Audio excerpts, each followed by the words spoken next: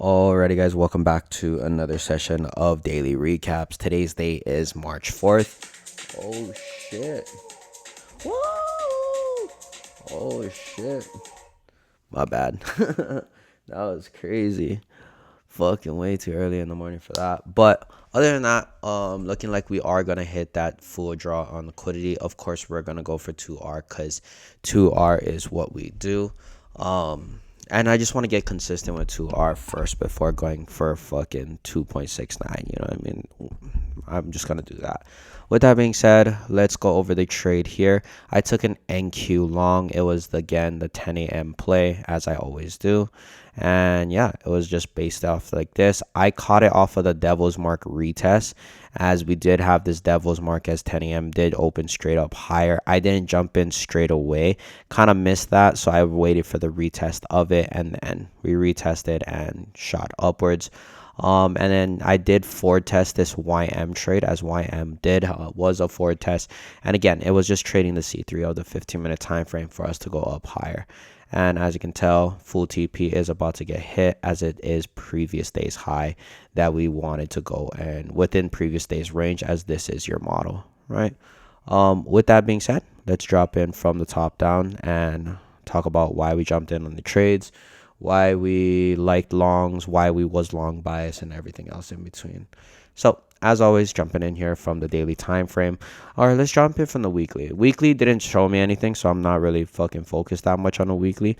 But one thing I guess you could say is that NQYM did sweep out a whole lot of liquidity. There is one low left. However, we did start to reverse away from it.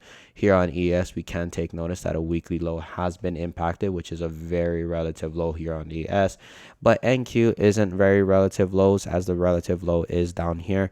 Nonetheless, it's all good because we have impacted a relevant low, right? So with that being said, with the relevant lows getting attacked on all three assets, and then we do get a reaction out of it with a daily C2. This is me wanting to trade a daily C3 back up to the internal range, which I was just aiming for previous day's high, or we could possibly shoot for those rest. What is up with this? Oh, that's why. What the fuck is this path thing all the way over there, right? And then we would want to just trade this to that level, as well as just the previous day's high was going to be considered my draw on liquidity. Daily C2, trading within the daily C3, from that daily C2 to 3, right? Let's go daily C2, trading daily C3, going from ERL. Do I not have it saved? Whatever. Going from draw on liquidity, ERL, IRL. All right, so Control C. Sorry, I just want to save this. Control V. Okay. So going from ERL to IRL, daily C2, trading within the daily C3.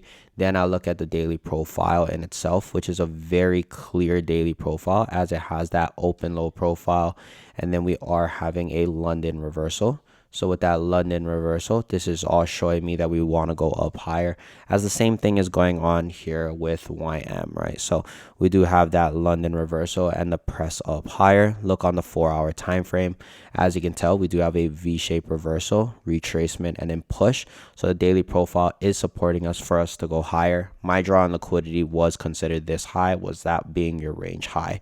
So with that being said, this is your model that you wanted to trade, as we was drawing up to that draw on liquidity there. With that being said, YM is wanting to go up to these highs as well. However, why did we choose NQ instead of YM? So simple answer is, you can tell that YM does, or NQ does, have this internal external. We finding support within this gap here. And YM does go and sweep out this low here. So with that sweeping of that low, that gives us a 9 a.m. C2. We can anticipate for 10 a.m. C3 up to the highs. However, with this being said, YM does reach down and sweep out this low. That gives us an SMT that's looking like this. And NQ is holding a lot more of the strength up to the upside, as YM came down to sweep this out. So with that being said, profile bullish, targets bullish, daily C3 bullish, everything bullish. Then what do we want to use? Gaps away from reversals to go and hold price up to the upside. The SMT that's looking like that, that's just a confluence. That's just telling me that YM is the weaker asset, as YM is going to be more doing the deeper retracements. So I trade NQ as the stronger asset to that draw on liquidity, which is going to be considered up higher. Then what do I wait for is 10 o'clock, because I've been trading 10 o'clock here. We do take notice of what? The C2 closure, and all we want to do now is trade the C3. So from here, just trade the C3. The C3. And then from the trade the C3 here, we do have a 15-minute closure, also a 15-minute OB, which now we do not want to see this low get impacted. So with that being said, you could take a positional entry, which I missed. I missed the positional entry, as I would have got it there, but I missed it. Why did I miss it? Because of the fact that, what is that called? I missed it because of the fact it fucking went straight there. Like, it went there in like 1 second. Like, it started to expand really quick, and I wasn't quick enough. By the time my finger was on the trigger, it was all the way up here. I was like, nah, fuck that. So I just set a limit. I set a limit like around here, just so I could get a nice 2R to a nice level. And then, yeah, we got filled on the limit. It was on this blue line, and that blue line is basically the 15-minute OB. So with that being said, I set a limit for that price to come back down anyway, because 10 a.m. did not have a wick. So I wanted to see a wick get put in, and then the expansion anyway. So with that being said, I have my stop loss also not at full risk here. Reasoning why I didn't have my stop loss at full risk was, it wasn't because of 2R. So my 2R line was actually at 2R to full TP, as it was like this. That's why I had the limit like there, right? Because full TP would have been 2R for me. However, I pulled my risk into here because of the fact of contract sizing. So I didn't want to risk the full thing, because then I would be under risked, but I didn't want to go and fucking be under risk that much. It was, the contract sizing was kind of drastic in terms of what my 2R risk is and what it doesn't look like, just because of the stop loss size with the volatility of 70 points. It just wasn't matching up for my risk parameters, where it would have been like a kind of a shitty trade. I'm not gonna lie to you. It's gonna be, I mean, not a shitty trade, but it's not gonna be, the math wasn't mathing. So I did utilize 50% of that 15-minute wick, which is pretty valid, because we do not, if we want to continue with a 15-minute C2, anticipating a 15-minute C3, especially on the stronger asset, where do we want to see respect? The upper half of this candle, as we are already expanding. So I'm pretty open with this, because if it comes all the way down here, again, we're getting stopped out anyway. So I was pretty open to just utilizing that 50% wick and giving it this space here that it needed. Got tapped in, went upwards, and then we took it off at just 2R as our exit was here. So very simple trade. It's, again, daily profile, clear. All right. So universal model is going to be your external, internal on the daily time frame. Intraday profile is that open, low, high, close, very clean open, low, high, close. Clear phases in price was telling us that we were going, we actually had that accumulation, manipulation, distribution, right? So we had this accumulation, manipulation.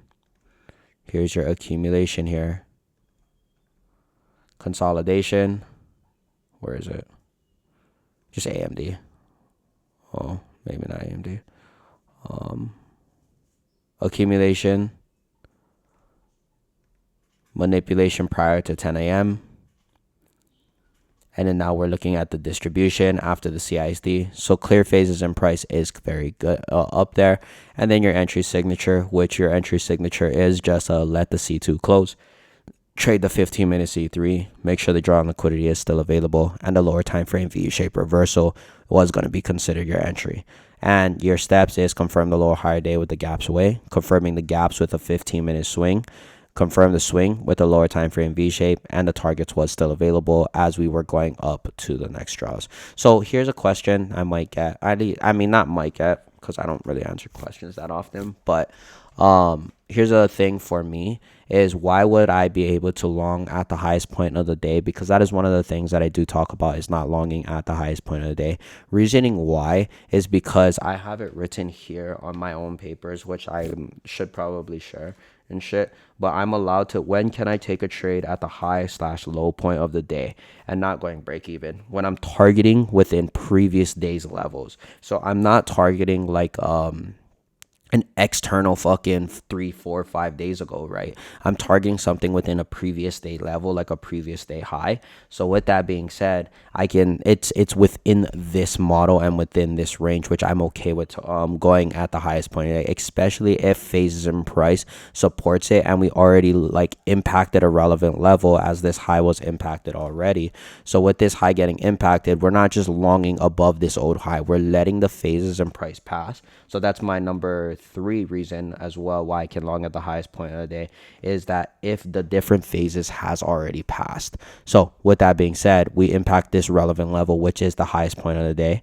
And then what do? We accumulate. We're letting that different phase pass before jumping in on the next phase. So we have that accumulation, the manipulation, and now we're participating in the expansion phase in price, right? So with that being said, we can go and jump in utilizing the highest point of the day, quote unquote.